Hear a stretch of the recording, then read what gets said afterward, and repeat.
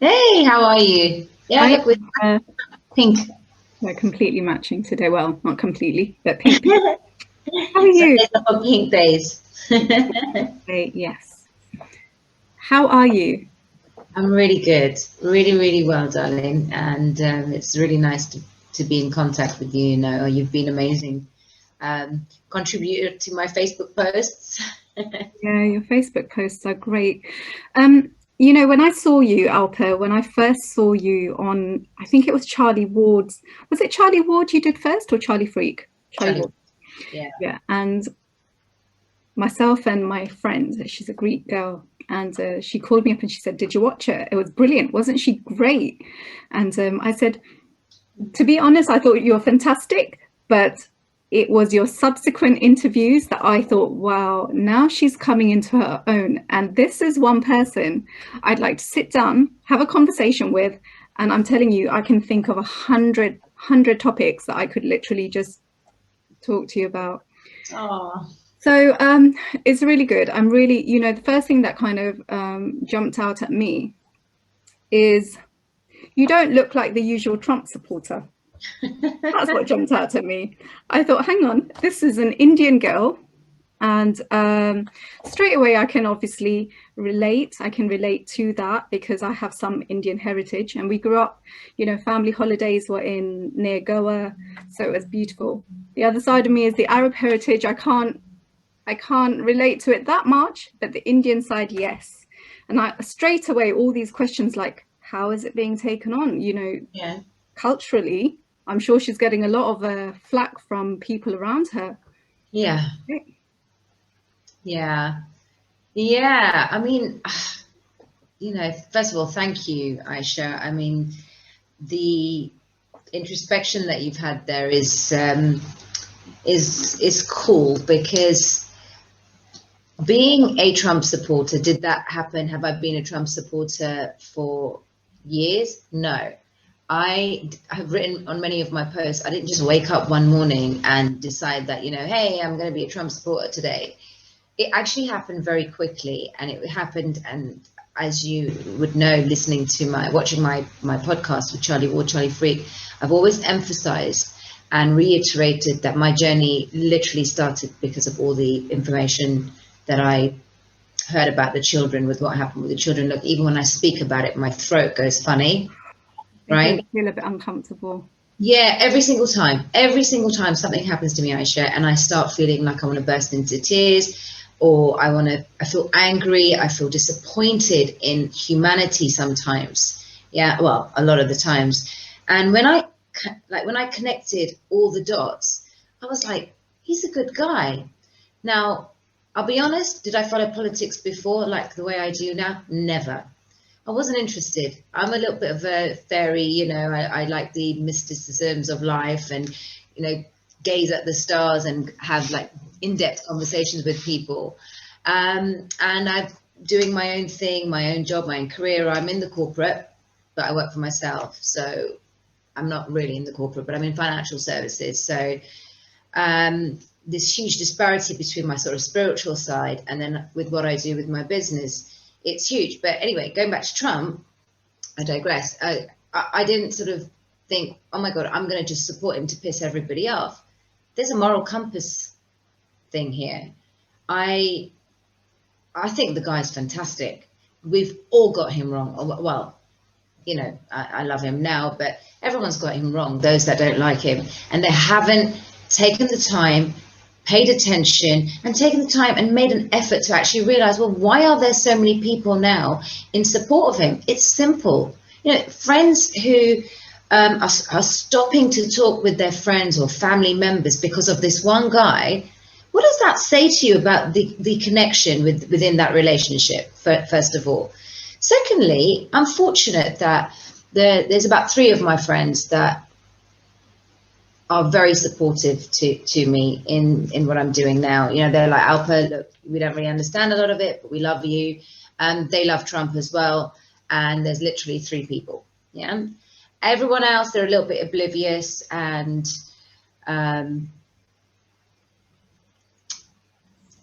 dismissive. That's the word. Dismissive. Just don't want to talk about it. And those that fall out with people because of their support for Trump, Aisha, tell me, isn't that petty and silly? Just let's put it in perspective, right? It's silly. So what does a normal Trump supporter look like? I think the man hasn't gone into war with any countries. He's come back, made peace agreements. Let's just put the basics into perspective.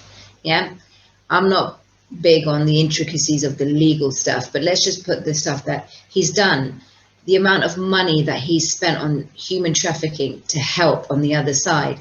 Just those two things alone they're huge. They're huge. So what does a Trump supporter look like? I think anyone that wants peace in this world and wants to eradicate the atrocities that's what, sorry to cut you, but that's what a Trump supporter should look like.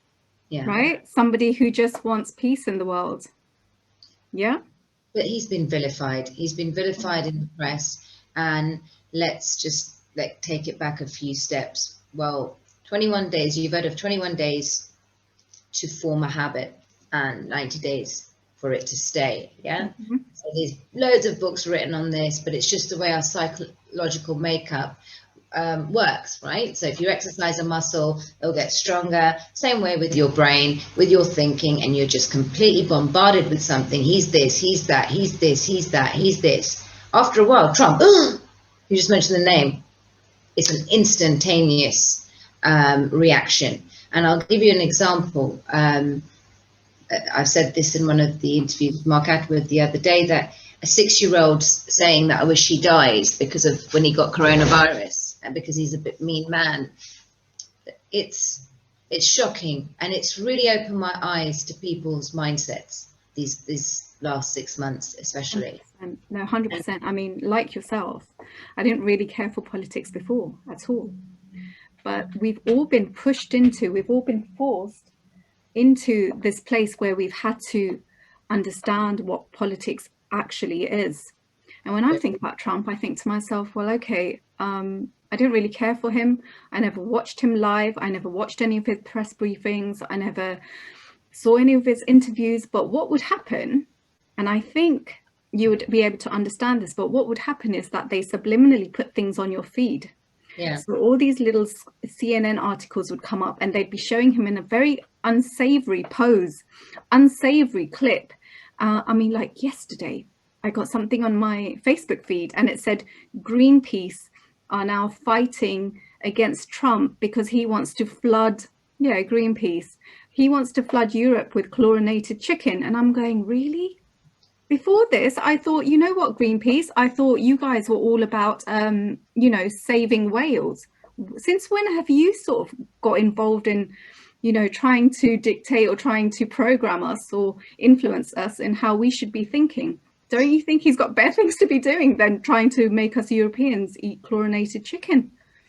Listen, these are pawns that have been put in. It's all the cabal constructed systems. This is a system, and this is what this year is about. Metaphorically, I always say 2020. We all aspire to have 2020 vision, right? This year is going to provide a lot of clarity to both sides. And I'm not talking about a left and a right. It's left brain and right brain thinking. When Charlie Freak talks about that, I so got it instantaneously. Left brain's very inconstant, stats, statistics, proof, let's see vision, like, the newspaper, because it's an established paper such as The Guardian or The Independent, and it says Trump's an idiot, so let's believe that. The BBC says so. So, we don't actually use our inner discernment, and logic has just got out of the window.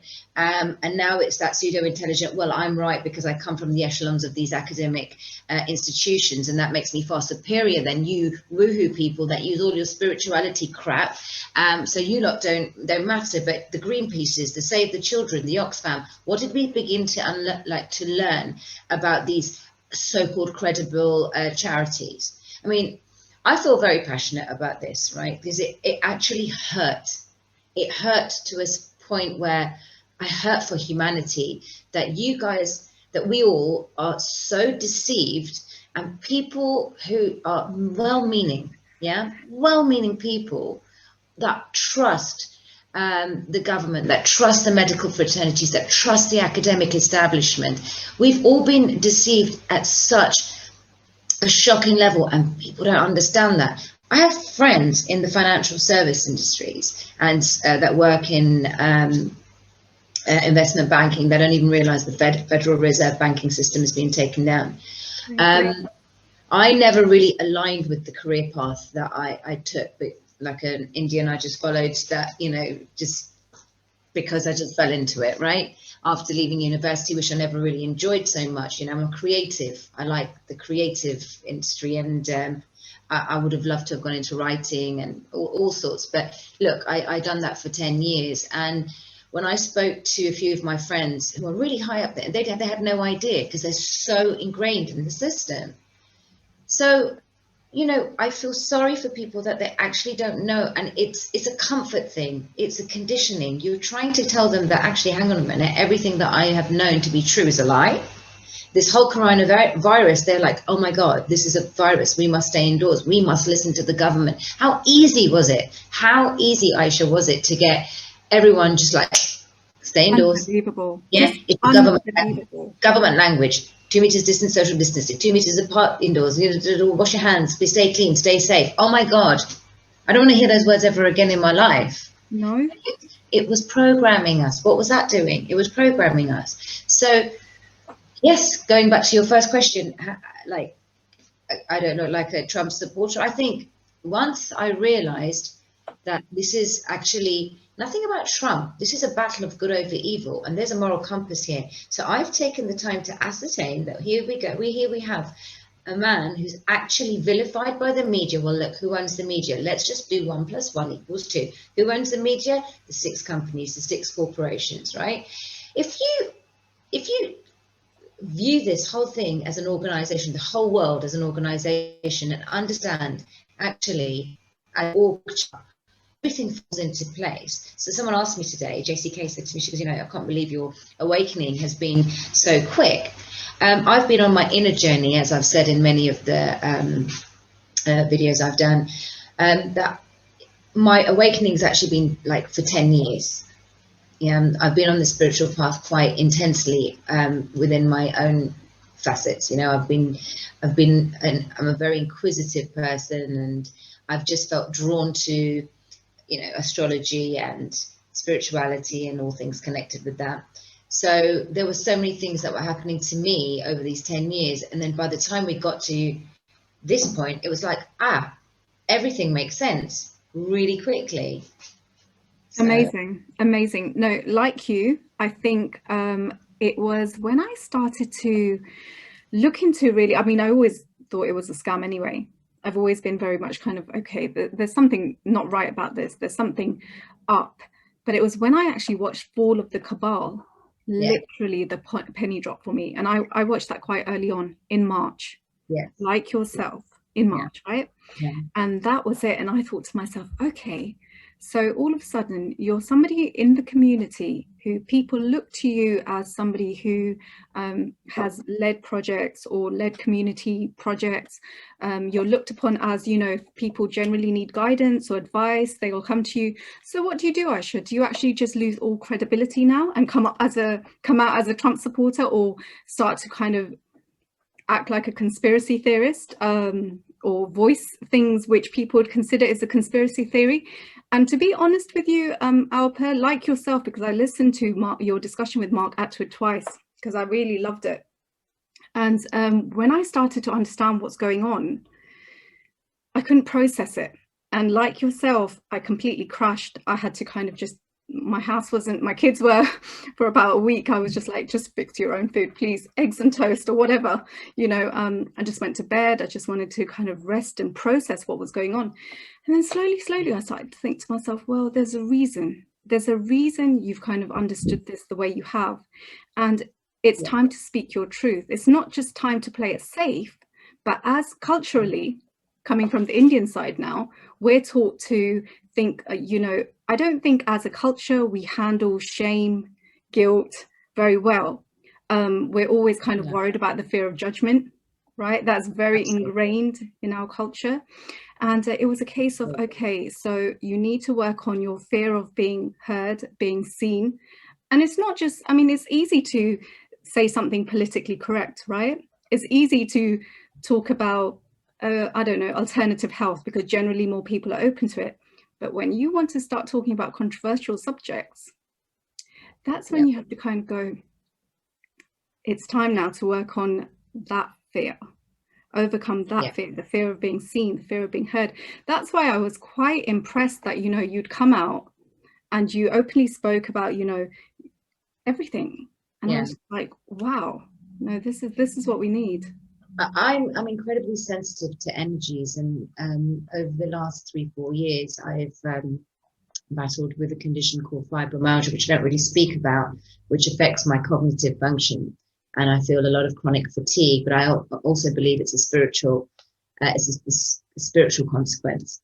And one of the things was, while I was trying to deal with this condition, I don't own it. That's why I don't talk about it, because I know that I am on my way. I'm getting better and better every single day. But the fatigue would affect my cognitive function. So I feel very foggy in the brain. So trying to kind of construct, sometimes even in these interviews that I do, I lose my train of thought very easily. And it's a struggle for me, because I wasn't like that. My memory was very sharp before. And it's just these last 4 years acutely.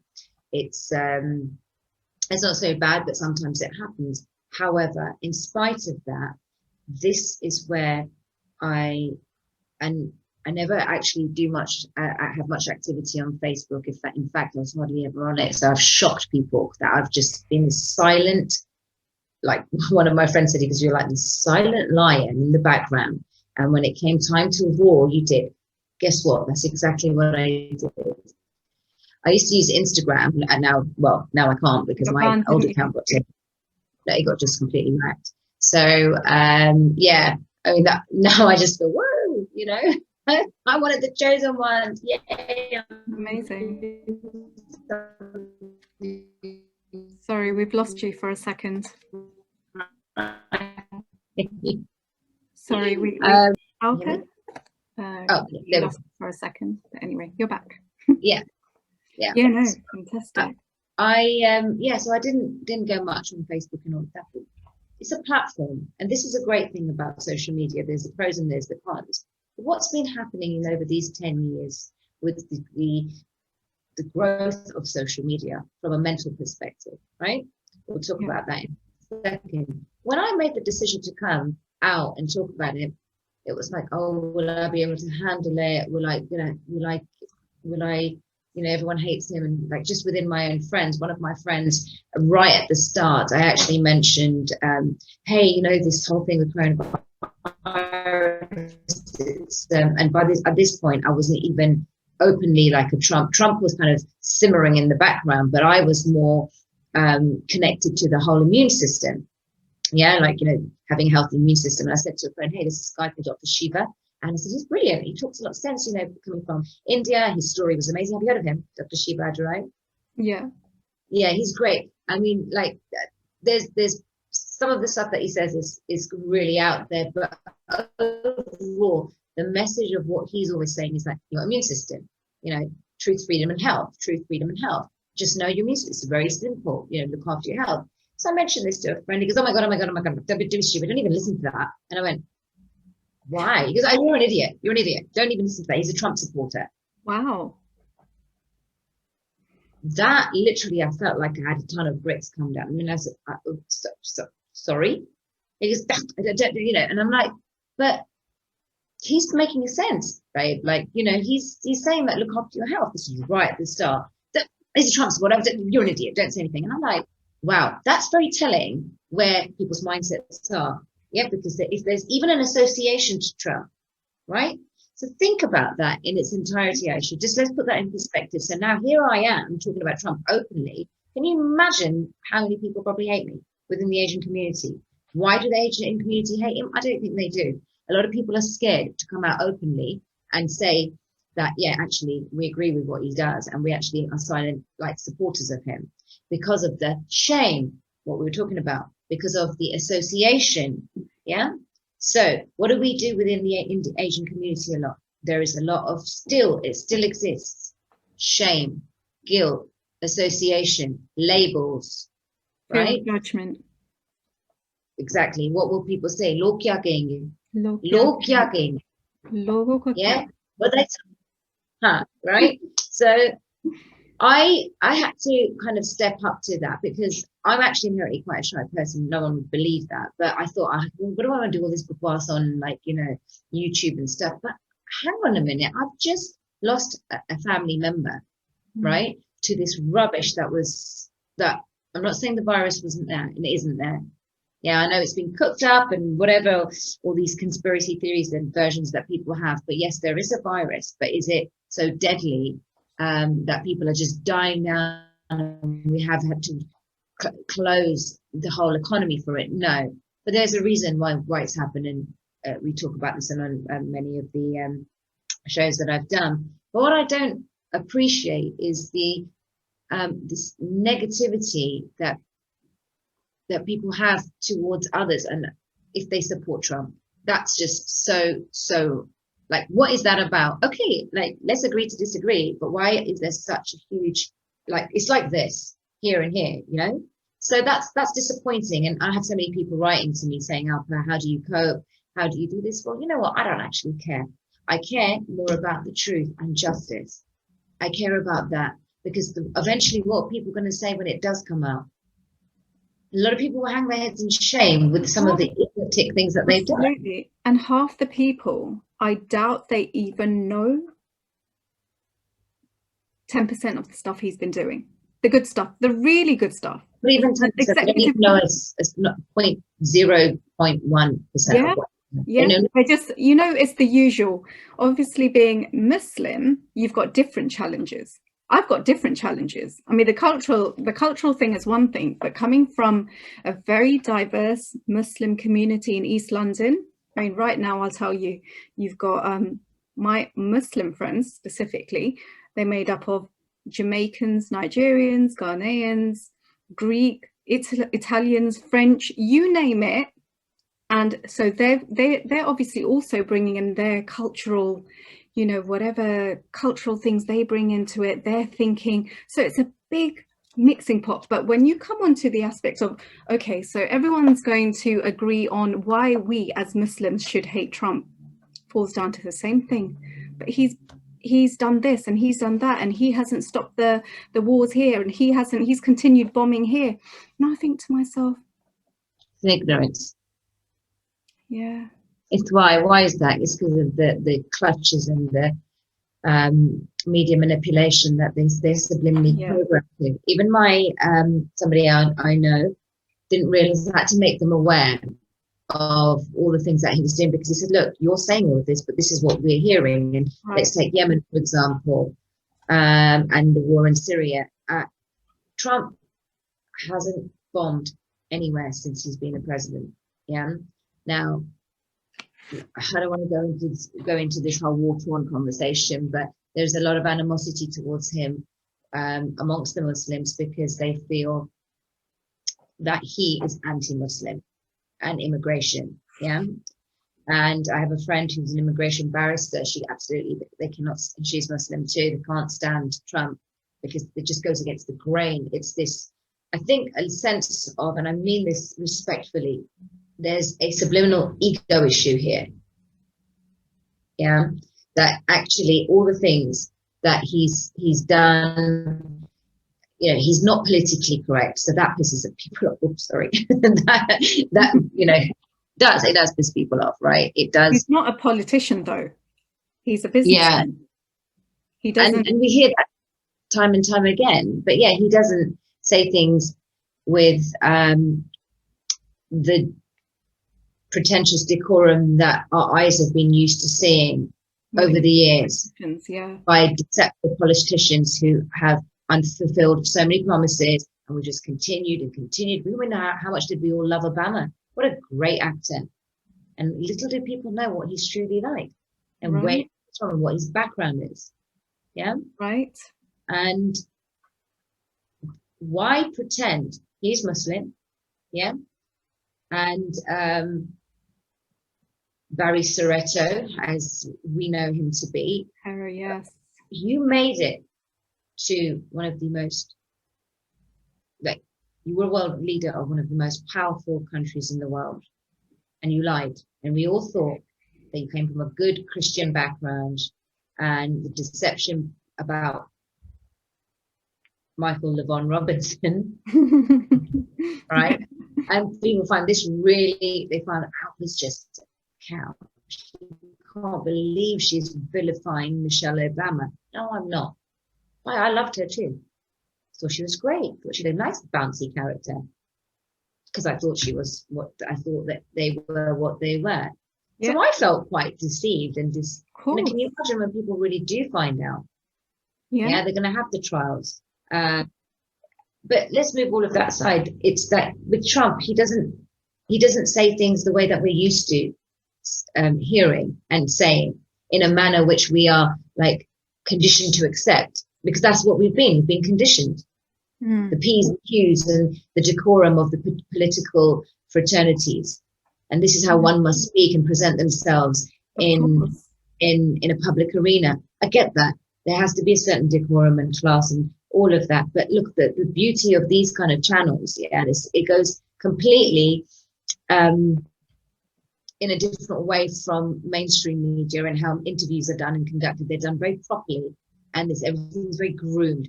These kind of conversations that a lot of YouTubers and truthers that have just gone viral online, they're authentic and they're raw, and there's just people can connect. We're relating. There's relatability. Yeah, of course. Dog starts barking or something happens. But these are raw, authentic conversations. But what have our eyes been trained to accept? Our eyes have been trained to accept a perfect picture of what we think something to be. So let's take social media, this instant gratification and the mental health issues that have happened as a result of social media. This has all been done by design within the system. This was planned because it got people hooked to that. And then mental issues started kind of growing, right? I saw a huge rise in depressive states with young children. And with this Instagram, everyone aspiring to be like the Kardashians. I'm not saying everybody, but she's got the most amount of followers. What does that tell you? The Rock, Kylie Jenner, these people over 120 million. All these false idols. That's all it is, false idols. But that goes to with celebrities as well. Now, I'm not discriminating against all celebrity, and I don't want to character assassinate anyone. And that's not what I'm here to do. And here to say the things that have been happening in the world regarding child sex trafficking and other horrible things that we have learned, where we are considered lunatics, has been wrong. And it has been from my Asian friends that have turned around and said, you're an idiot for doing this. You're an idiot for even spreading vicious stuff like this. It's dangerous. I had a BBC Asian journalist absolutely go crazy at me, who thought that I am spreading lies and it can be very dangerous. What article I was sharing? It was about children being rescued from the port of Melbourne, right? And this is what's very telling to the mindset of the people that watch me. Everyone's watching me. Yeah, it's like suddenly, where did Alpa get a voice? Like I said, I have no agenda. I haven't even had my own channel done, which I'm working on. But my voice is there because it was very black and white. This is wrong, right? And when you go deep and deep, I took the time out to actually write. Okay, there was a point where I thought Trump was a little bit in your face. Yeah, let's not jump on the bandwagon and vilify him like everyone says. He's this, he's a bigotrist, he's a racist, the locker room comment, blah, blah, blah, blah, blah. I'm bored of all of that now. Yeah. Open your eyes, people. This is the great global awakening. I've been talking about a lot of my spiritual stuff over the last 3-4 years. And those were the things that I would share on Instagram. Yeah. Like numerology and sacred geometry and like I love a quote and all of that's great. But platforms are great when it for me anyway, this was a great platform for me to actually say, I'm not going to agree with you lot. I don't agree that he's a horrible person. And that is where I took the stand to say, right, I don't care if this is going to cost me friendships. If those friendships are true and genuine, they will gravitate back to me once everything's settled with this. Is it going to settle? We're going into new paradigms, Aisha. Like everything is changing every single day, right? People, we're ascending. There are so many heavy energies that we're feeling. I mean, I had so many again today, like my heart was just palpitating so fast. It's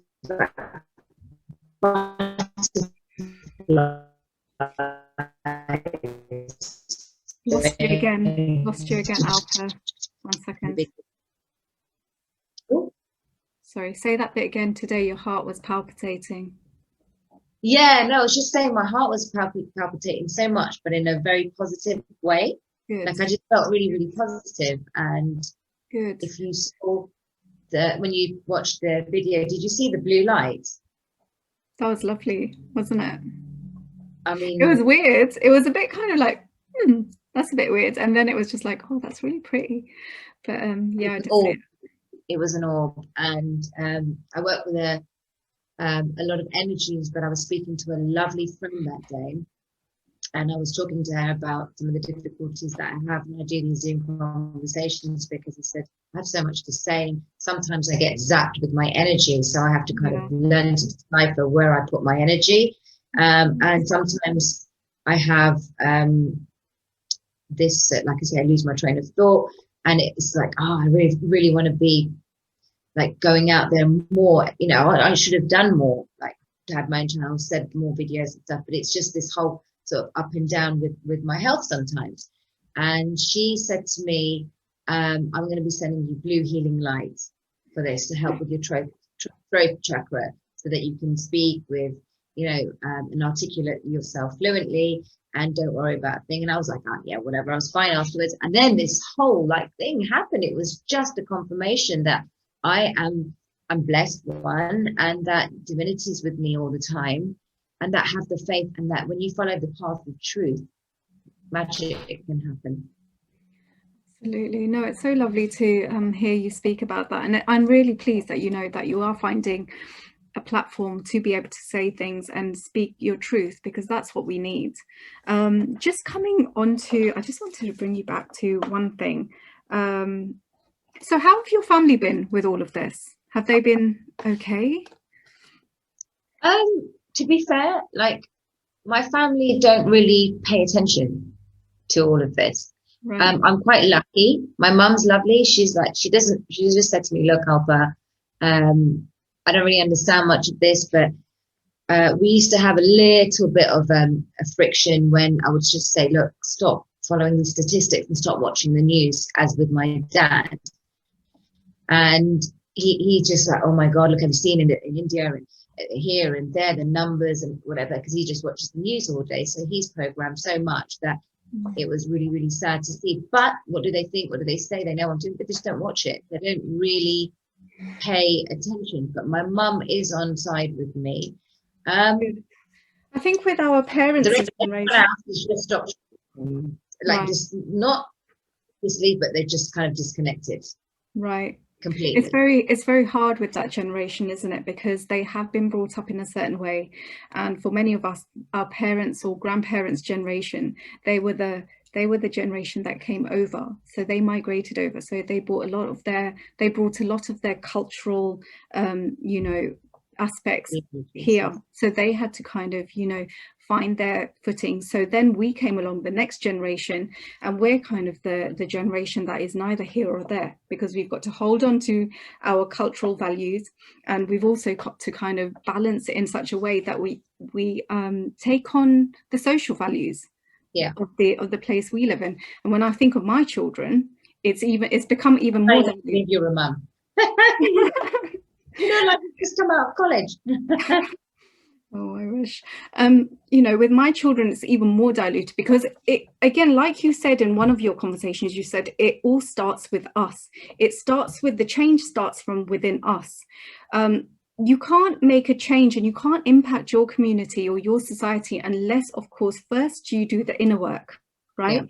You realize 100%. So with my children, I sometimes say to them, look, kids, I don't always get it right, because either I could just conform to what I know culturally and bring you up in a very cultural way, but I don't resonate with a lot of that anymore. I don't resonate with, you know, many things like holding that shame and holding that fear and holding the fear of judgment. I mean, I didn't want to put my children into the schooling system, and I didn't. I home educated them for 10 years. Then I put them into school. And then now, thankfully, because of this whole kind of lockdown, I've taken them out, because I like what Mark Atwood said. It's the sausage factory, isn't it? And it's not a place for empaths or highly sensitive children or dreamers, you know. And I never, like yourself, I never resonated with the schooling system. It actually, you know, I went through the schooling system, and all I remember is my mum going, I don't care what you do, just get your degree, just get your A stars, or just get your top grades. Yeah.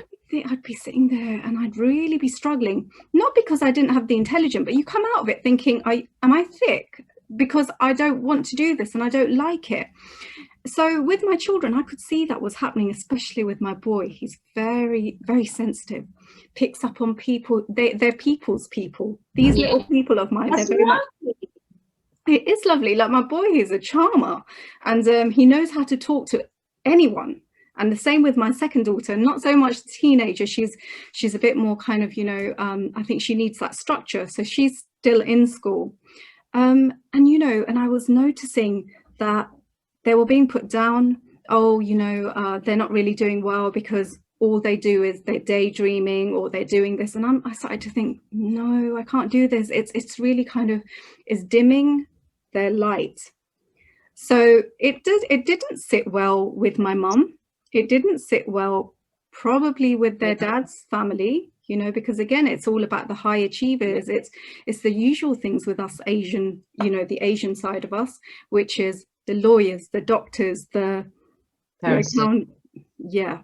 So it's a case of, you know, me saying to the children, well, kids, you know, I want compassionate, kind human beings. I want children who know how to speak to others, who are caring. I'd rather my child didn't want to, you know, excel in maths, but when she does walk past a homeless person, you know, she will run back and she'll say, look, you can have whatever's in my pocket. I would rather my children be of those humans.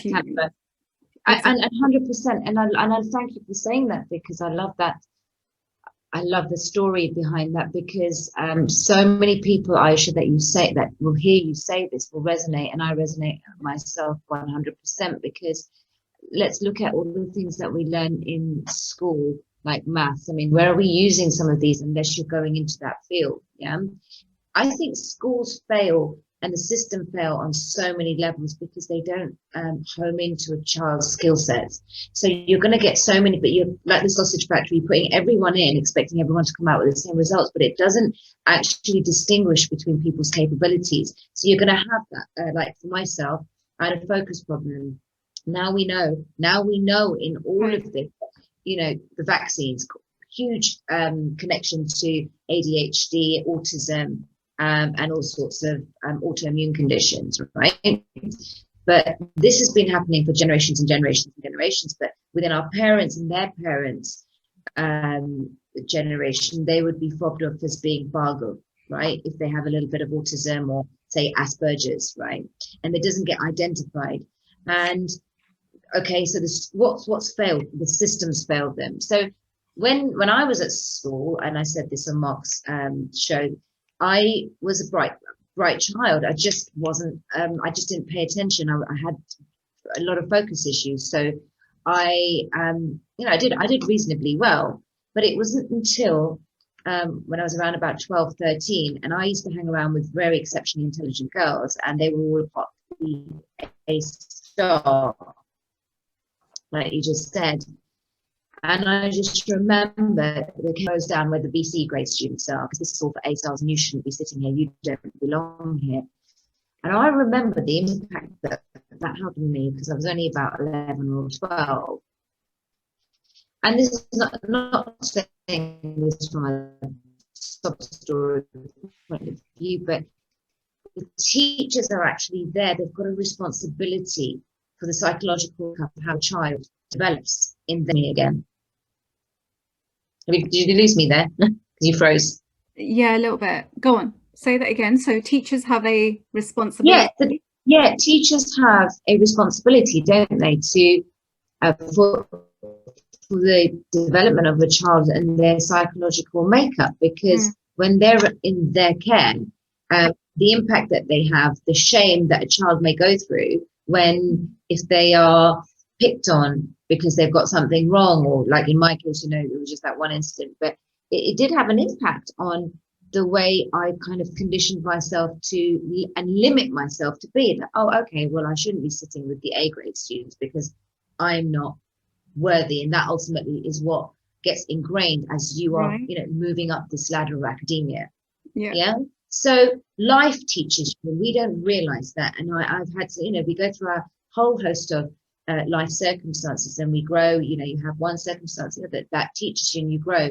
But we are trained to rely so heavily on the system that we forget to think, or we don't, or are not able to think for ourselves. And this whole lockdown was very telling about people's behavior, because as soon as all of this happened, the fear rose, the propaganda was getting bigger and bigger and bigger. I was actually like really calm. Yeah, of course. I was like, dal mein kuch kala hai here, right? So this is not right, yeah?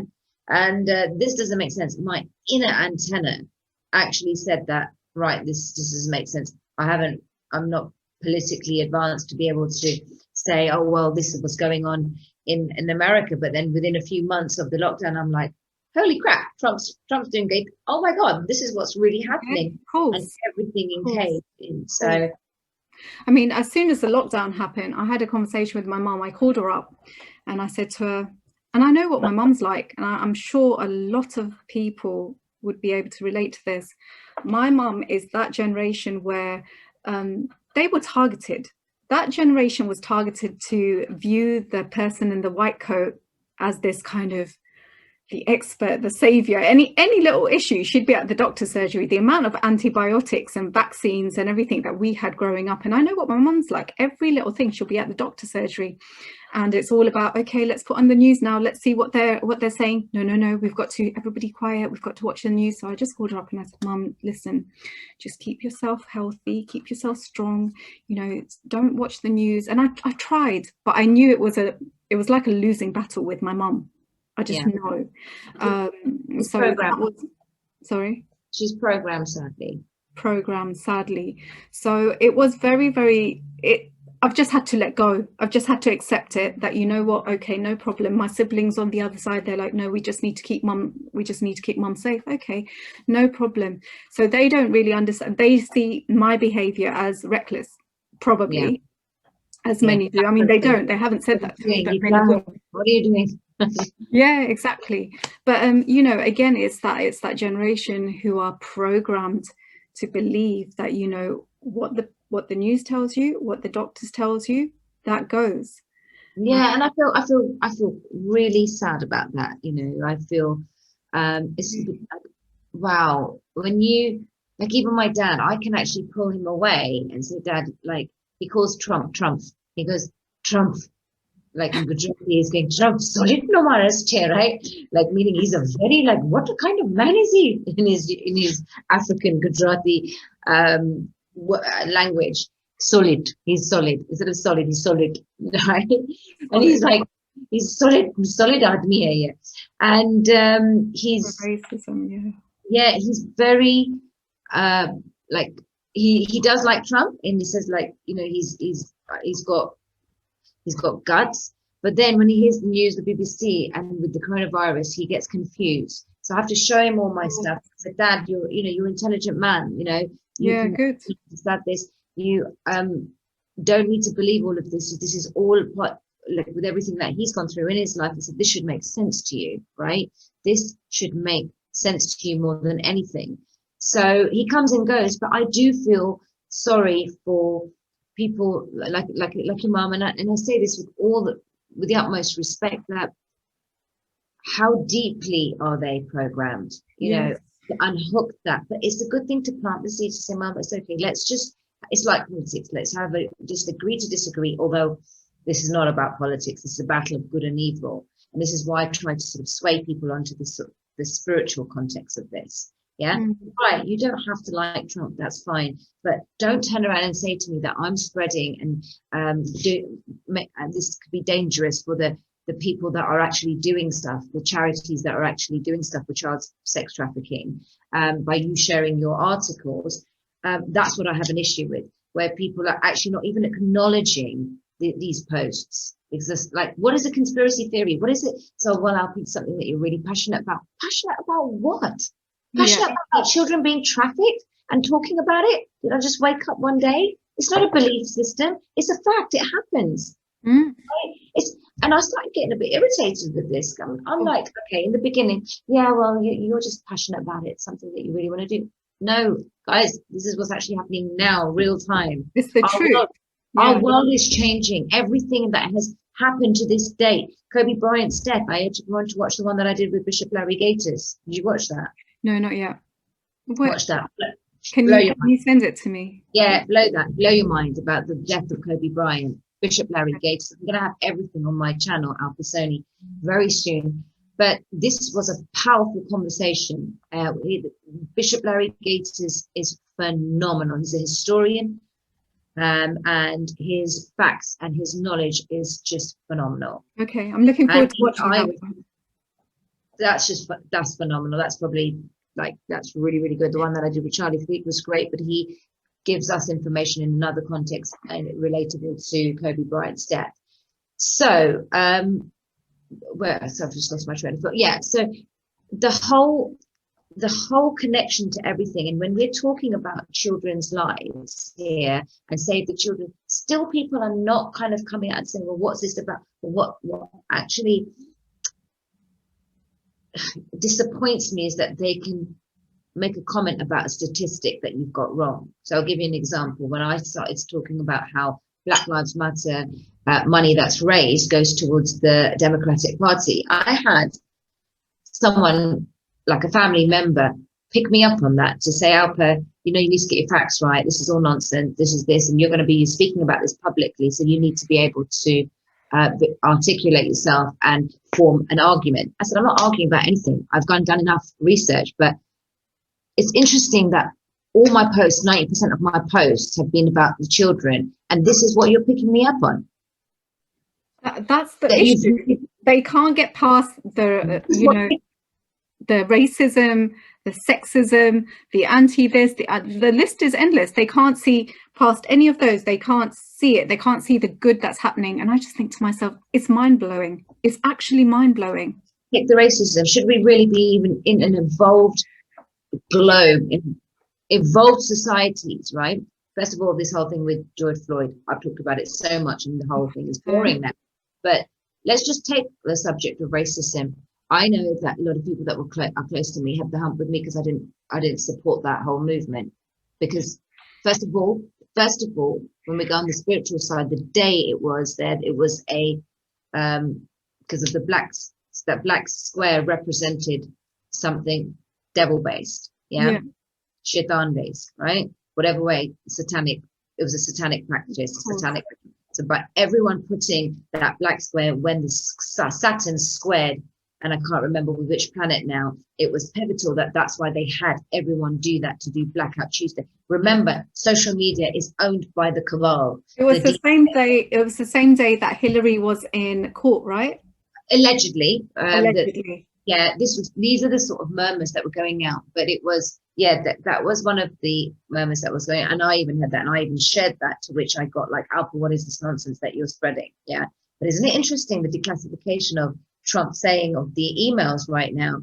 And do you know what? With one friend that I'd even said this to, that I shared that tweet of Trump and a video with all this stuff coming out about Benghazi, right?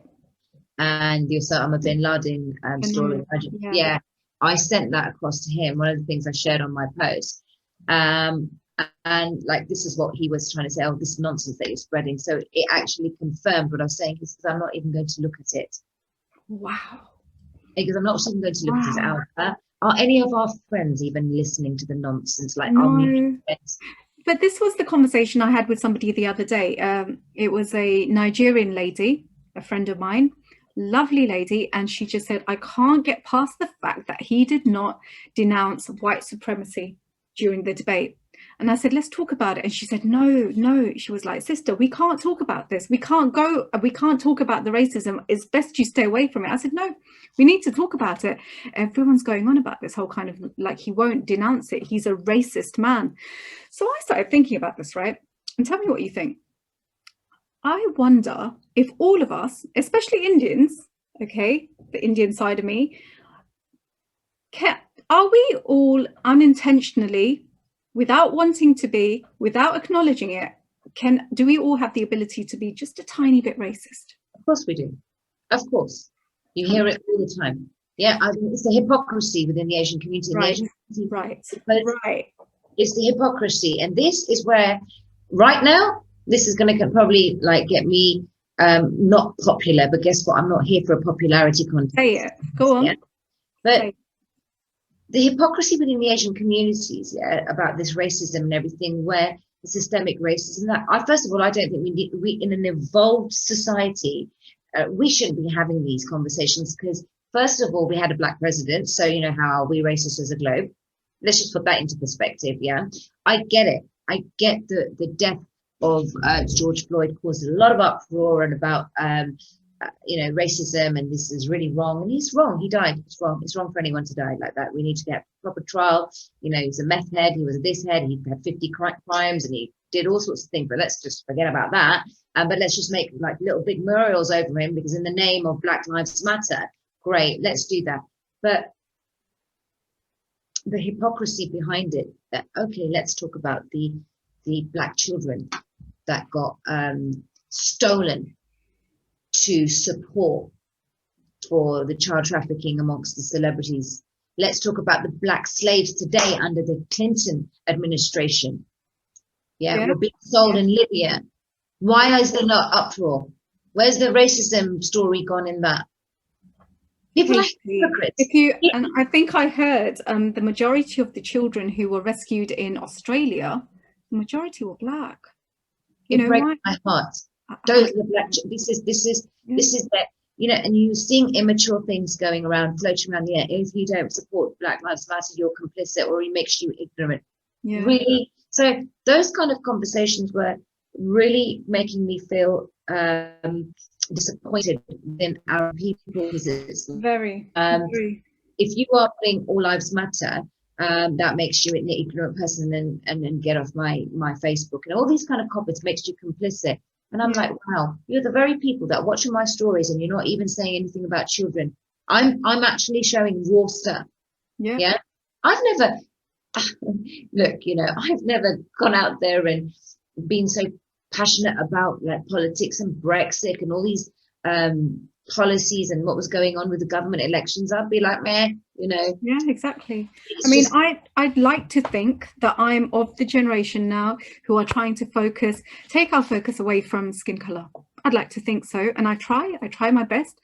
I think I bring my children up in a way where, you know, I encourage this diversity, especially coming from a very diverse community. Anyway, it's easier in that regards, but it filters through, Alpa.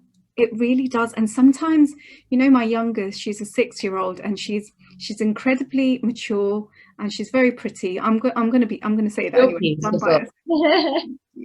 But you know, when they go over to my mum's house, sometimes they are I don't know sometimes what filters through, because my mum comes from a very tribal mentality. So it's all about, I remember, you know, holidays back in India, and we've got the Arab descent, so we kind of migrated over from the Arabian Peninsula and we settled in India. So some of the traditions became a little bit diluted. So, and I remember, it's actually quite painful, I have memories of summer holidays, going and spending it by the sea, going to visit my grandmother, and the very rigid standards they'd have for beauty, for anything, you know, how they would judge people coming into the home. And all of the servants, you know, they'd be quite dark skinned and they'd be of a certain caste, and it used to break my heart. And I remember my younger sister, she's a little bit more duskier in her skin tone. The discrimination that she would get from well-intending relatives or friends. It was disgusting. And I remember, you know, just the way the servants were treated, and it wasn't poorly. According to them, they were treating their servants very well. But as a child, I remember as an 8-year-old having to watch the servants sit separately and eating separately, or having to sleep in very kind of meager conditions. It used to break my heart, and I couldn't understand it. And growing up, it had a huge effect on me. And, you know, there'd be that typical kind of, okay, well, your daughter, they'd say to my mum, your daughter's light-skinned. No, your daughter's dark-skinned. What happened there? I'm not dark-skinned. Where do you think that comes from, Aisha? I mean, let's break it down. Let's take it back. Where does it actually come from? The British colonial rule, when they ruled India, you know, and the way in which dark people that were treated. It's again been ingrained into their psychological makeup to think that white supremacy, held better respect. Yeah, so suddenly.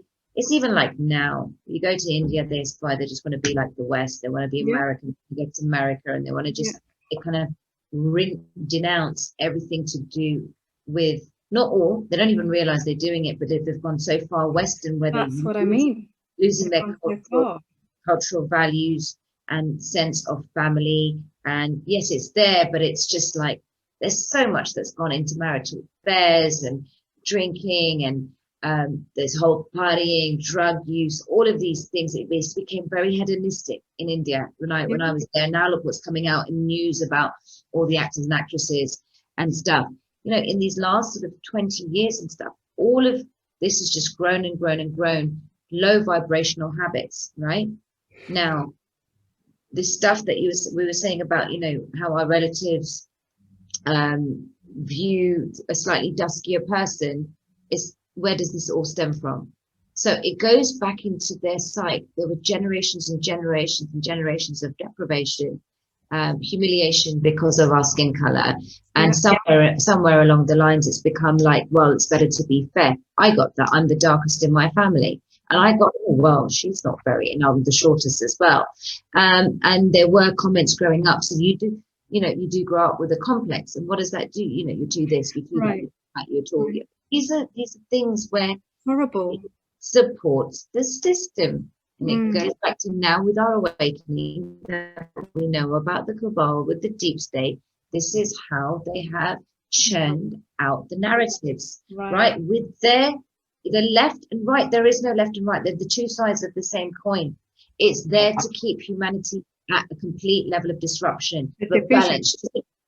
Just enough to us to think that everyone has got democracy and that there is structures and everything and order in place. No, it's like the Truman Show. We have been, you know, deprived of our sovereignty in the false pretense of thinking we have democracy, and we don't.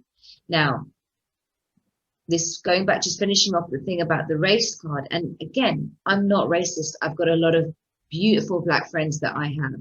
And if any of them that watching this and think that what is she on about? Think about what is actually going on in its entirety. Like, who are we supporting? I mean, let's look at the way that celebrity worship is happening. People are liking Nicki Minaj over and using these as role models. And even like, you know, idol worshiping the J-Los. I mean, look, the music's great. The music's great. I love talent. I've got utmost respect for talent, real talent. But no, the youth, the younger generations are growing up to aspire not godly things, God the Almighty, whichever religion or God you believe in, but you're there like depressed on your phone, looking at the latest way that Kim Kardashian and Kylie Jenner altered themselves. So they're growing up knowing that if there's something wrong, that they can just constantly wanting to change themselves. They're not growing up. 100%. I mean, but this is it, coming back to my 6-year-old. She came home and she was so upset for days. And I said, why are you upset? Why are you upset? Mum, because I'm dark. I'm the dark one in the family. Alpa, I was absolutely livid. I was just like, where has this come from? Where has this come from? I went to school. I spoke to a teacher. Teacher's Black, beautiful woman, beautiful lady. And I said, What's happened? Has something been spoken about? Have you guys, you know, because the majority of her classmates are black. What's happening? And she said, I really don't know. So then I was kind of like, has she heard something at my mum's? Okay. But then I thought maybe she's been exposed to Bollywood, and whether we like to admit it or not, sometimes I mean, I don't watch a lot of movies, but a couple of movies I've watched, the message is there. It comes across, doesn't it? What it does, and who is doing that? So going back to the subliminal programming, this then filters through, it permeates, the energy permeates, the psyche permeates, the mentality permeates, and it just filters through back at the back of our sort of psychological makeup, where it's all down to self-worth issues. And we are churned out as a society with so many mental health issues. And what does it do? Ultimately, it goes back and supports the system. So more people will need, okay, you've got mental health issues, let's put them on every ill, let's put them on a pill. And it's just a cyclical process of the system. And when you open your eyes to that and realize how it's all connected, right down from the color of your skin, yeah? And if people find out the true essence and listen to that amazing podcast I've done with Kobe Bryant and about Kobe Bryant, and with the Bishop Larry Gators, who talks about the secret societies and the true underpinnings of racism and where it actually stems from. It is so powerful, it blows your mind away. And I was, even in the interview, I was like tongue-tied. I'm like, wow, this is insane. But this is the issue. We don't go far enough to really truly understand the roots of things. We think we do, but we have a reliance on the textbooks now. There's some great writers, authors, scholars, PhD, academic professors that have been instrumental in the academic fraternity all around the world. I am not being disrespectful. They've got huge intelligence, you know, have given so much to whatever fraternities that they come from. That's great, but they're still being churned out by the system. And we are then, like if you want to be a barrister or a lawyer or a doctor or whatever, you're going to be taught within those paradigms. So they were doctors trained about nutrition and health. No, they were churned to, like, at every ill, antibiotics. I grew up on antibiotics. It depleted my immune system.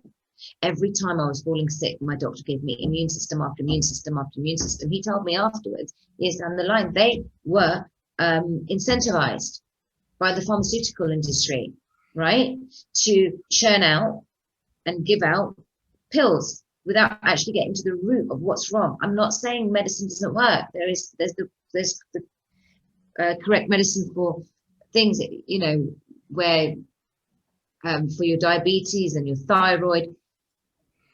They don't teach you. They don't teach you. There, but no, I'm heartbroken. I'm heartbroken. I'm absolutely heartbroken because I live in a very big and very large Asian community. I never used to. Before I got married, I lived near Richmond. Not a lot of Asian people. Yes, now. But the community I live in now, I'm heartbroken at how reliant they are upon the medical system, and how sick they are, how unwell they are. And I understand what you're saying about the whole kind of incentives. And I've heard this, and I've heard stories of aunties saying, well, you know, kabhi kabhi main jati hu doctor ke paas. Sometimes I go to the doctor, and before I've even sat down, he started writing my prescription out. They know exactly what they're going to give me. You know, they're going to every second person has a steroid injection. You've got aches and pains. Okay, what's causing your aches and pains? Maybe it's a misalignment in your I don't know, your pelvic joints, because I'm also a therapist. I deal with body work. Maybe it's your posture. Maybe it's because you're sitting down for 10 hours a day, auntie, watching telly, watching the soaps. Start moving a little bit. They don't advise us. They don't advise the community in the right way. It's all about, okay, antibiotics, you've got a virus. Okay. Do you remember? I don't know if you remember this, but growing up, I remember if we'd ever come down with a virus, the doctor would actually say, we can't prescribe anything for a virus. It has to take its course. Antibiotics are for bacterial infections. You cannot give. Do you remember this? We used to actually be sent home. Probably Maybe, but Probably a bit yeah, after my death. I'm quite a bit older than you, so I don't they think must so. they must have changed the tune by the time they got to you. They yeah, but I mean, I just remember having all these that rubella and everything at school, all these injections Oh, and the destroyed our system, didn't it? All these vaccines. BCG, and the ones that actually give you the the mark. I'm now when I realise what's in it, I'm totally against the vaccines. And if we need to see what is in it, but the laws were put in place so that it worked in these vaccine companies in their favour. So that's another thing that happened when I started. I was one of those like vaccines. Oh my God, they 5G, all of that stuff when that came out. So I was posting stuff, and a doctor went, "Will you stop promoting this nonsense?" Again, for people who actually need. Yeah, yeah. This is before doctors were coming out, and then so all of those people today that said that, the guy that called me an idiot for supporting Dr. Shiva, this doctor that said about the vaccines, and people within the family or friends or people that I know that were having fights with others for supporting Trump, has been the impetus and the motivating factor for me to go out and speak, because I just thought, I didn't know that, what, how there's a moral compass thing here, but they're so brainwashed into thinking that this kind of conversation is conspiracy theory, as opposed to looking at the context and the content of what we're saying. The Yeah. logic. And your friend said that, I don't want to talk about it. No, let's not talk about it. They'll shut down. Shut down. Yeah. They'll shut down, and they won't even give you and afford you the opportunity to actually say, okay, here, let me know. Can you present your argument? And I had a friend who did that. And he goes, geez, you're opening my eyes to a lot of things. Look, go ahead and do your research. I'm not the Messiah. I'm not saying I know everything, but this crap and these systems don't, fit right with me. Watch The Fall of the Cabal. That's a great foundation for anyone from all walks of life, depending on, it doesn't depend on any academic or credibility that have. Everyone will be able to understand it. It doesn't matter who, everyone can understand it. So look, this is what happens. I start losing my train of thought. So go ahead and do the research, but don't condemn your friends or your people. To understand, we're supposed to be moving towards unity consciousness. And I talk about that a lot with the people I've spoken to so far. And I do sometimes sit back and think, we've got a long way to go. We've got such a long way to go. I am interacting a lot with people from all over the world, not necessarily so much within the Indian community. You're the second or third person that has actually said, I love what you've making a stand for. And I really appreciate that, because it does get isolating that your own people are looking at you thinking, what the hell is she doing? Right? What is she doing? I'm talking about children. I've aligned it. I've presented so many things online, but you don't want to take the time out to see it, but you want to do the criticism and the unfriending or all of that. Well, guess what? That says more a lot about you than it does about me, because this is where I've taken the stand. So that's where I was very easily was like, I don't care. I just don't care. And it took me a long time to get there, because I'm a sensitive person. I'm very caring. I love family, love my friends. I love that sense of community spirit, the connection and all of that. However, Aisha, you tell me, with everything that you know, we have come to a point in humanity, right, where no one knowing this stuff can go backwards. And I certainly couldn't. So 100%. I'm very blessed that the connections that the universe supports you, if you have the eyes to see it, every moment of the day, right? You're so right. You're so right. I mean, the thing is, Alpa, I think we've been conditioned. We've been conditioned that as soon as we meet people, we've been conditioned to focus on the differences. And yes, we do have differences with everyone. Otherwise, the world would be a boring place. But honestly, if we really change that focus and realize that, more commonalities bind us. And it's possible to find a commonality with anyone and everyone. And I think if more people kind of looked at it in that way, the world would be a better place. And that's what I want for the world as going forward. And I'm starting with my children. And it is a battle sometimes because, you know, the society we live in, the world that we live in, it's like a tug of war with your children. You're always feeling like you're trying to tug them back to the right values, tug them back, but you have to do it with compassion, and you have to do it with love. But it is a war, it is a battle. But I look forward to a world where you see all these kind of categories that we're all put into. Oh, she's this or he's that. I just want that to go. I want that to disappear. Right. And we are paving the way, like you standing up, you expressing yourself this way, in whichever way you want, saying your truth, speaking your truth, teaching your children, homeschooling them. I mean, that is, hats off to you. You know, that is amazing, because you're teaching them all of these great things, but it's one thing is you're teaching them not to subordinate, not to conform, be the powerhouses within their own capabilities to be that, because when you have good role models in life, yeah, it definitely, it establishes the children and their psychological makeup in the future. And when they're growing up with an imprint of systems and pressure, and I'm seeing this a lot with my friends who are like from my generation, who did well academically, did well financially, and I'm so proud of some of them. They've done really, really well. Now their children are growing up and they're sending them to private schools, but the pressure to keep up with the Jones and put them in the private schools and the best, and go doing this class and that class and this. There is so much pressure on the children. It doesn't stop, does it? It does not stop. It's too much pressure. And even hearing it, I get a headache.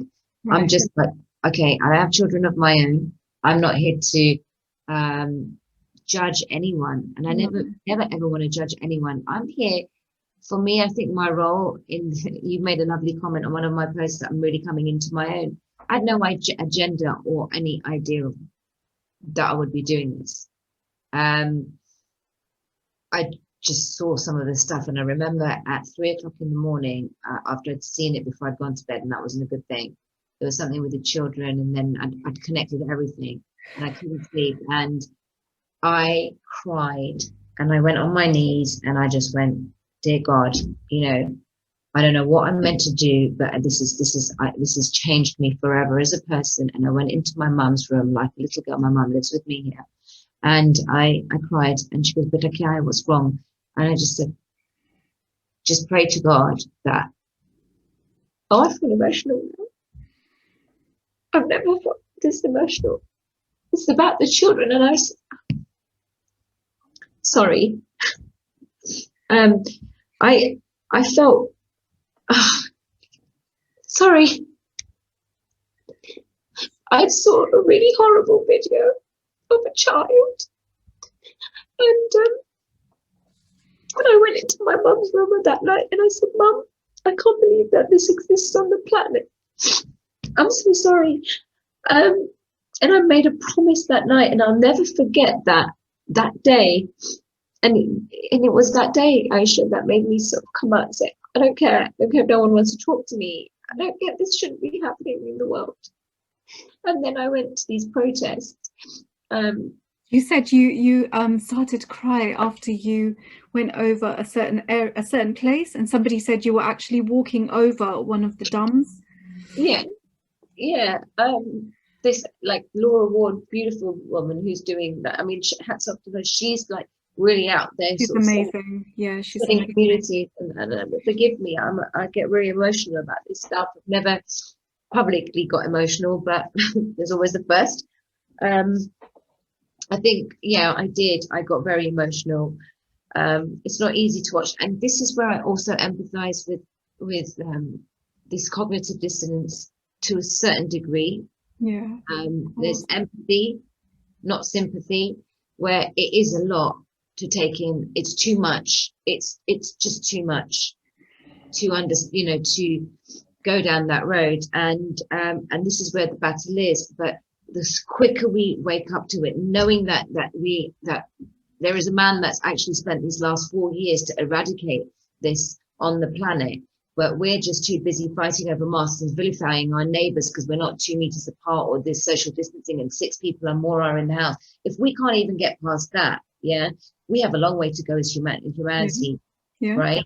And all the other kind of crap that has come out of this. I can't. What disappoints me is that all the people that are going out, save the children, going to these protests, what are the people thinking in their head?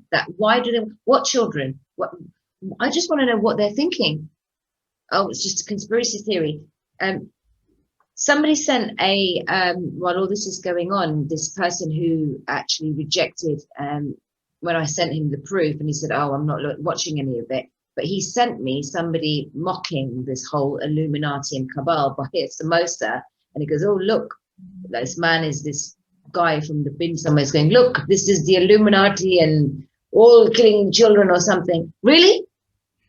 Like, is that funny? That would make me so angry if I'd seen it. So grateful I haven't. Yeah.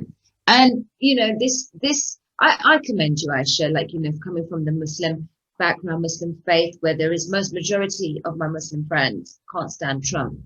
And I'm sure you have the same problem, right? I haven't actually met or interacted with many Muslim people that actually support him. I mean, I can see on my Facebook. It's a rarity. Yeah. And hey, if he was not a very nice person, guess what? I wouldn't be supporting him. You know what I don't understand, and I don't mean to criticize anyone, and I am talking to my community when I say this. As Muslims, every faith, okay, and I would say this with a lot of compassion and a lot of respect in my heart. But when you look at the essence of every faith, it's all about compassion, love, equality, never harming anyone. And one of our beliefs, and it's stated in our scriptures, that he who saves one life is as if he has saved the whole of humanity. Now, when you really understand what's been going on behind the scenes, and you understand how many children have been rescued, how many children even didn't make it, but the attempt was there to try and rescue them from the horrors that they've come from. And you can't see it's not even about Trump. It's not even about Trump. It's about the people behind the scenes who are fighting this evil that's been going on for hundreds and hundreds of years. I'm like, can you not understand that? Just that one thing alone. Forget about all the other good that's supposedly coming out, these executive orders. And then again, with my community, it's the dissonance on the same things. If you come out, you say, well, he's doing this. Okay, but what about Syria? What about the bombs here? And I'm just like, I've got to this point, and my other very close friend, Greek lady, Demetra, literally, she says, I'm looked upon as the village village nutter, the loony. We're sitting here, and it's like, I've come to the point where I've gone, okay, forget it. I'm fine with not being seen as a credible person anymore, or I've lost all my respect, or what. I don't care. I'm not going back. Like you said, we can't go back. You have to speak this truth, and you have to speak your truth no matter what cost it comes at. People come. Actually, it was very sad, but my eldest daughter, who's 15, when we were in lockdown, she went on this journey where she wanted to kind of watch all the Pizzagate stuff and the Out of Shadows. And I kept saying to her, don't do it to yourself. Go easy. She's like, no, Mom, all of me and my friends, we're all getting together and we're watching this stuff. And I said, darling, please go easy. You don't need to expose yourself, but you can't tell them. They're going to do what they want to do. How old is she? She's 15. Good for her. Good for her. I just said to her, take it easy, take it in kind of like bite-sized chunks. But she went into it and she was very disturbed, and I had to support her. But then she went back to school and that dissonance kicks in, and it was all about, Mom, I understand what he's doing, but I'm a bit worried about you speaking out. People are going to think you're racist because you support Trump. And I'm like, are you really that worried? And I knew her heart was saying, I'm not worried, Mom, and I want you to speak your truth, and good for you, Mom, good for you for getting out there. But it's that dissonance that sets in. It's the left brain, right? Yeah. And it was all, But no, I'm so proud of you that you're doing this. I told you from as soon as I tried to read all the comments on my Facebook. I have a lot of people that have started following me, and my agenda is, look, the more people are awake, the more quicker we can get out of this mess, because this is what Trump is trying to get us to do. That the good stuff has already happened. What are people going to say when they get money in their pockets? And there's going to be a group of people and a section of humanity that will still be like, they'll get money, they'll get their sovereignty back, there'll be all these patents that are going to be released, all this free energy, and the great things that are coming out. I don't really sort of talk much about that, because we need to see all of that evolve and to see it all, come into fruition. But I'm very optimistic, and do I believe it? I have got an optimistic heart. So yeah, I think great things are coming. But yes, people need to wake up. I still think there'll be a group of people that will be like, it's racist, and he said this in the locker room, the locker room. Like, that's all I hear, and I'm just going, I had somebody message me, and just haven't spoken to for ages, and it's like, hey, Alps, do you support Trump? Yep. Yeah, it's got to the point now. And I was typing this on Instagram, and it's just, yeah, but he's racist. I said, according to who? And she said, well, everyone thinks so. It is then the influencer, because everyone thinks so, so I have to think so. Mm. And that conversation was I walked over to a Jamaican gentleman the other day, and I said, you're right, Keith. And I said, what do you think of Trump then? He's an elderly man in the 60s. Well, he's not elderly. He acts quite young, but, sorry, Keith, in case you watch this and you're not elderly. And I said, Keith, do you like Trump? And he went, no, he's a racist. I went, so... Autopilot response. Autopilot. So why does he have so many black people in America who are actually supporting him? Why has he got the black vote? Has he? That was the response. Has he? Where? Really? And then I kind of obviously directed him to a few things, and it was like, okay. Yeah, Trump's got the black vote now is just complete. When you see this again, but what people are not connecting is because they're so heavily reliant on celebrity power, right? And celebrity information, because celebrity have been the news. Let's just, Kim Kardashian tells you to wear the, or whoever, whichever actress tells you to wear the mask, stay at home, save lives. Now, I'm just looking at every single actor and actress thinking, are you one of them? Are you one of them? Are you one of them? Yeah, exactly. And everyone that is mentioning it, because this stuff is deep, Aisha. This stuff is really deep. And yes, this is the empathy that we employ is that I was at the start of lockdown, I was volunteering every day at this charity thing, and I mentioned that the other day, and I had time, so I was going there, and I could listen to all these YouTube videos and drive back. A lot of parents and people that we know, they're busy, they're working with their jobs, they're homeschooling. This has just been a bomb blast to them, right? This virus, it's just oh my God, this world is in a catastrophe. The virus, this, that, the other. I employ compassion to them as well, because you know what, they just either may not have had the time to do the research. And even if somebody is just busy being a parent and a mum, and then you're bombarding them with this, but then they're trying to be mentally okay to be a parent, I still think about that. So that's why I look at everything with compassion and with love. So this is the first thing I said to Charlie was, let's move away from this sheep and accusing them of being sheep. We don't like it that they're calling us conspiracy theorists, right? And also let's employ understanding here that people are overwhelmed as it is, having to have these changes within the structure, from working from home, feeding the kids, having these crazy arguments in supermarkets with people over toilet roll, and all of these things that are like ambushed at them, like families and people who are really encompassed in the government's story. And then suddenly you've got like people who have just sort of started to try and plant the seeds, and they'll be like, well, you've got enough time, but you're not a parent. So we've got to understand them as well. I get it. When this proves, so I stopped awakening people.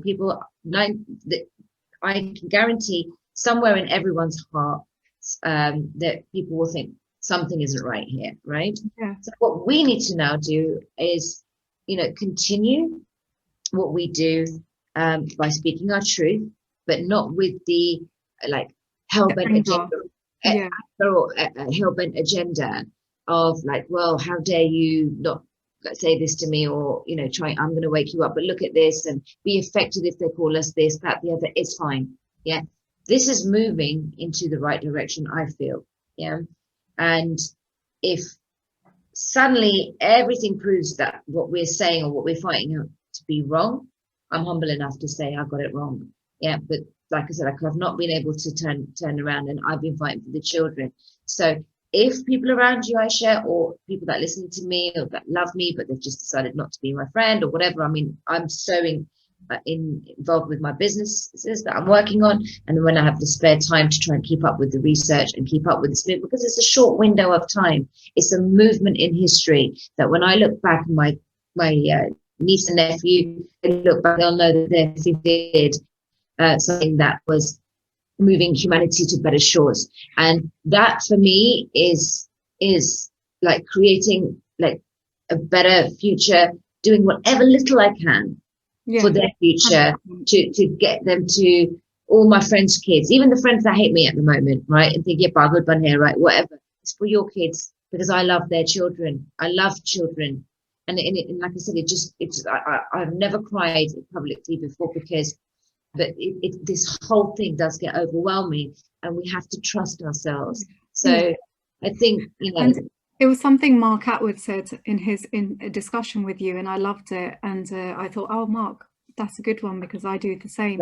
And I tell my kids, I say to them, my kids are very strong in their, thank God, they're very strong in their personalities. They come across as very soft, gentle souls, but when it comes through, they speak their truth, and I'm very proud of them in that sense.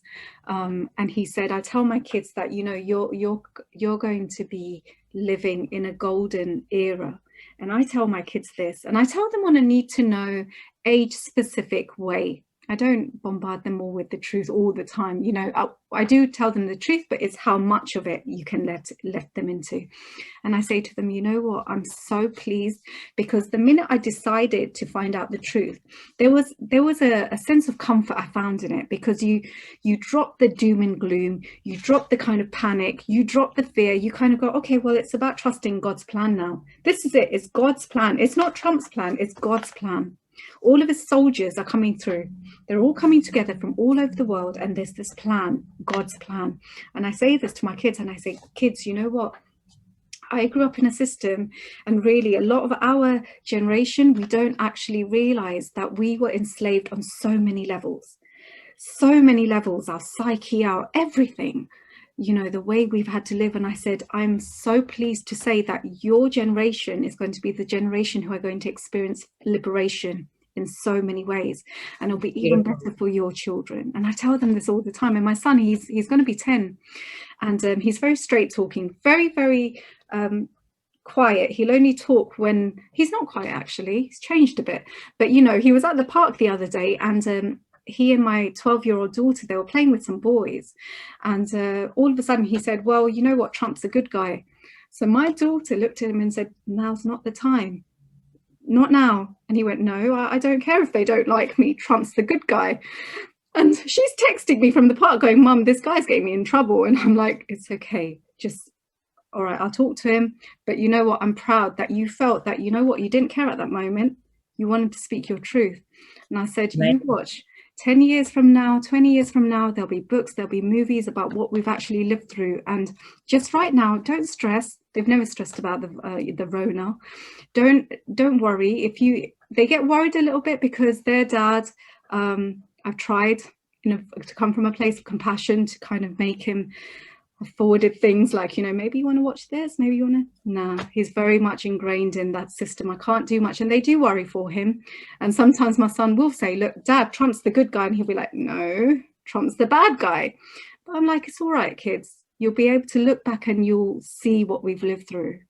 Do you know, that is absolutely beautiful, Aisha. I think that's such good grounding and foundations you've given your children, and you should be proud of yourself as a parent. I salute you. I really do. And yes, while you're trying to plant the seeds within their father's head, that it will come out, and like you said, books and things will be written about it. But we need to stop, I think, concerning ourselves with the people that are not awake anymore. I think within just one last thing before we finish, I mean, we've had a great conversation. We're going on for an hour and a half. I think it's been wonderful. But is that going back within the Asian mindsets is there's a sense of snobbery as well, and I don't think that it's even a realization that it's there. But there's also this happens a lot within the Asian communities, so it's not talked about because a lot of people are victims themselves of pedophilia, and it's the shame, and it's the bezati, as they say. And it's not talked about because it's happened to them. So we have to employ compassion, understanding. That's a topic in itself, Alpa. That's a massive topic. It's a massive topic, and it's not spoken about, and it's heartbreaking. And when I started I didn't plan on having my own kind of channel where I did these little kind of discussions, but I kind of thought to myself, there's certain topics now that we need to start talking about it. We are going to start talking about it, and a lot of things. This conversation has been very raw, very real, and as has all my others. But speaking to a sister has been actually really comforting and really nice, Aisha. So I really appreciate it, because of course, I'm very much Indian. I'm very much aligned to my cultural values. I love being an Indian. Yeah, I love where I come from. But there's things that are not right, where things have been swept under the carpet, and that's not been okay.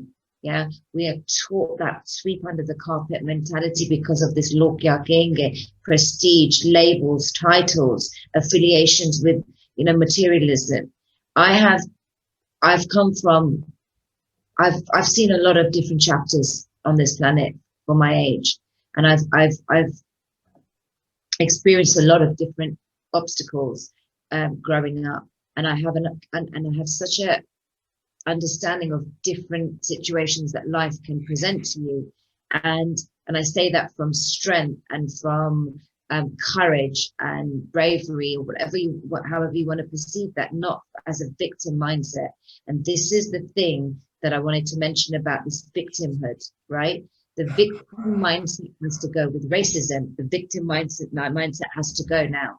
We've evolved as humanity so much in the world. We've advanced so much, but our mind hasn't. Why? Because the system has kept us small. There is enough information online now. Technology has advanced so much in years, even though we're still behind some of the most advanced technology that has been kept from us. However, we have gone left behind. And why we don't realize it? Because of the consumption of everything that we allow. And I'm not just talking about food. Yeah.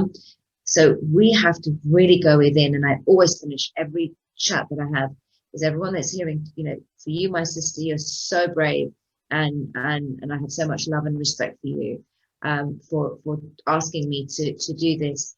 And we have to really, if we sit there in our religious, with our religious hats on, or we preach religious things, yeah, but undercover there's wrong things that are happening. Yeah, I hear of so many horrible stories, where bad things happen and have happened to people I know, yeah, under these establishments. I know people who have suffered in it but have remained silent about it. There is no shame, and there is, yes, this is a massive subject in itself. And is that why, this is what came in my head the other day, is that why there's a silence? Is it easier to support the people who don't talk about this? Therefore, is there something subliminally, I'm just thinking out aloud here, and it's just coming to me that this is the difficult path that I've decided to go. I mean, like, look at Charlie Freak, yeah. There was all sorts of things that happened to him, right? Nearly got shot, right? And yeah, I heard about that.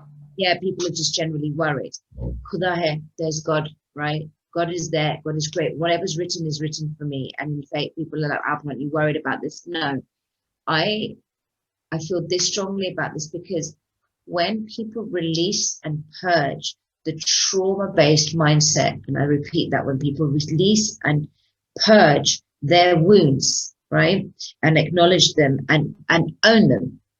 And when I say own them, own your shit, own the excuse my language there, but when you own it and when you realize that, okay, I'm coming out of victim mentality, right? And I'm going to be a victor, right? Not a victim, a victor. Yeah. And that there's a shame. Okay, we go through all our trials and tribulations in life. We make mistakes. We take some twists and turns. The people that have had a very well-balanced life, grown up, gone to school, gone to study, get married, have their kids, grow up and lived happily ever after. Great. I love you. I love you guys. And, you know, life has just been a nice, steady trajectory. I love hearing that as well. Of course. Great people. All of us are great. We are all great people, each and every single one of us. But somewhere along the lines, we have to unhook ourselves from this monkey chatter of judgment, of shame, of guilt. And I implore each and every one that's listening to this, go within your heart, yeah, and look at the likes of Aisha. Whoever's following me, I appreciate so many people have come with positivity my way. And the people that think that, what kind of mental case is she? Whatever you think, I don't care. I just say there is the truth now that's coming out. And 2020, like when you go to the optician, 2020 aspire to have 2020 vision. Yeah, we're moving into the golden age, the age of Aquarian, which represents truth and justice. There's no escaping this. And that is why it's all been magnified in these 4 years, right? With Trump coming into power. This is the time everybody feared in the, you know, in the other sort of realms, right? Because it's coming to the end of the dark times, but we still have a lot of work to do ourselves. So while humanity is purging, yeah, we are all purging, but let's go inside, embrace the superpower that we all have within ourselves. Yeah. Alpa, can I just say thank you? I'm really grateful, and I think you're a beautiful person inside and out, and everything that you conveyed over today, I know it came from your heart. And that's why when I started watching your discussions, that's the first thing myself and my friend Dimitra, we both said, you know, we need to reach out to her. But this was before you found your voice. And now that you've found your voice, I'm telling you, you're absolutely awesome, honestly. And you carry on and you do your channel. And I mean, you know, you'll get the right support. The teachers show up when they need to, like what Mark said. Yeah. But also, you know, we're all on a journey, and the right people come into our life at the right time. When we need support, whatever we need, they come in at the right time. God sends them. All right, you look after yourself, please. Go and, I don't know, go get some rest, and thank you. Yeah, no, I think it was a beautiful conversation. Thank you for having me. And you're right, it has come from the heart. The children's subject every single time. You know, I'm a very strong person. No person, no matter how strong you are, even Trump, I can guarantee you, he's heading all of this, he's leading this, but I can guarantee you in his heart of hearts, like this sort of... You need to be a strong person to be able to be vulnerable. Remember that. Yeah. All right. You look after yourself, and hopefully we'll speak again soon. Okay? Thank you so much for having me. Thank you. Take care. Bye now.